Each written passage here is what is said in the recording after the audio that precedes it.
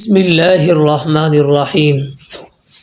آیاتی نشانیاں، آیاتنا نشانی، قلوبنا دل، اعمالنا اعمال، ابناءنا بیٹے، نساءنا عورتیں، اموالکم مال، قلوبکم دل، ربکم رب، برہانکم دلیل، ابناءکم بیٹے، خطایاکم غلطیاں گناہ، رسولکم رسول، نساءکم عورتیں، اعمالکم اعمال، اعمالہم اعمال، آیاتہ نشانی، رحمتہ رحمت، اموالہم مال، اسمائہم نام، ابناءہم بیٹے، نبیہم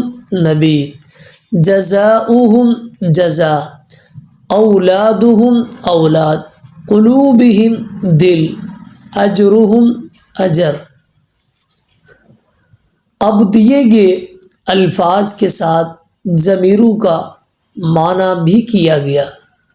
مثلا کتاب، اصل میں اس کا معنی کتاب ہے۔ جب ہم اس کے ساتھ نا ضمیر لگائیں گے کتابنا، تو اس کا معنی بنے گا ہماری کتاب۔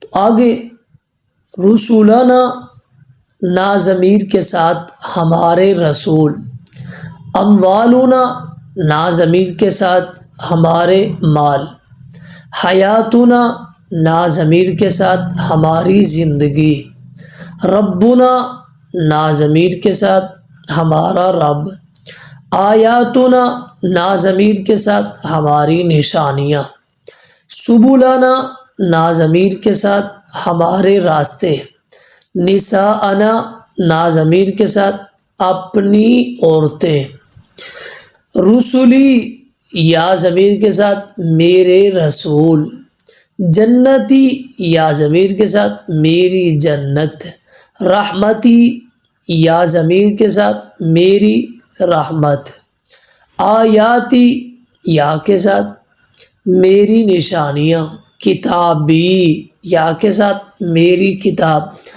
عذابی، یا کے ساتھ میرا عذاب۔ آگے قاف کے ساتھ ضمیریں لگائیں گی۔ عملو کا تیرا عمل، وجہو کا تیرا چہرہ، قومو کا تیری قوم، طعامو کا تیرا کھانا، کتابو کا تیری کتاب۔ اب نیچے دیے گئے خالی جگہ اوپر الفاظ معنی کے ساتھ ان کو پر کیا جائے۔ ان میں سے پہلی لائن کو، نمبر 1 کو میں آپ کو طریقہ پر کرنے کا بتا دیتا ہوں، باقی نیچے کا آپ نے خود ہی پر کرنا ہے۔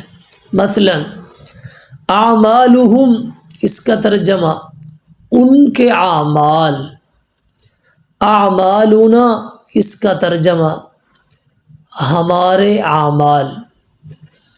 پہلا ہم ضمیر کے ساتھ آیا ہے ان کے اعمال، دوسرا اعمالنا نا ضمیر کے ساتھ آیا ہے ہمارے اعمال۔